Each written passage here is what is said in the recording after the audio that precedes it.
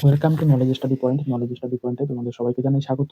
দেখো, আজকে আমি কিছু জিকে নিয়ে এসেছি। সেই জিকেগুলো কিন্তু তোমাদের কাজে লাগবে এবং প্রতিবারের মতো প্রতিদিনের মতো আজকেও আমি জিকে নিয়ে এসেছি। দেখো, ১ নম্বর, ভারতের বিজ্ঞান নগরী কোনটি?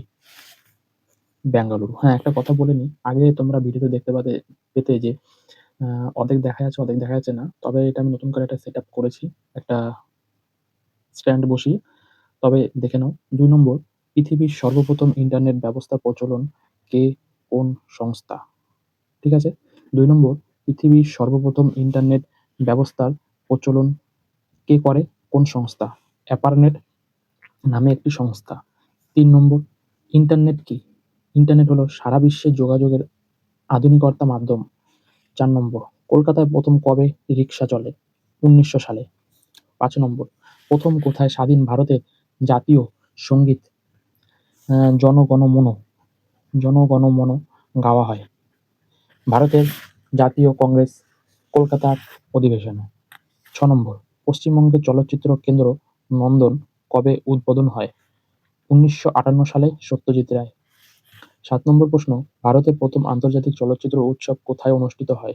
মুম্বাই। ৮ নম্বর প্রশ্ন, ভারতের প্রথম থ্রিডি ছবি পিকচার দেখি না আমরা ভিডিও, থ্রিডি ছবি কি? ভারতের প্রথম থ্রিডি ছবি কি? মাই ডিয়ার কুট্টি চাত্থান।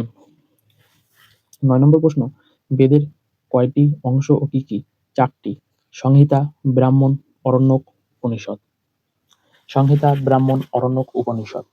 ১০ নম্বর প্রশ্ন, জাপানি যুদ্ধ বিমান কত সালে কলকাতা বোমা ফেলেছিল? জাপানি যুদ্ধ বিমান কত সালে কলকাতায় বোমা ফেলেছিল?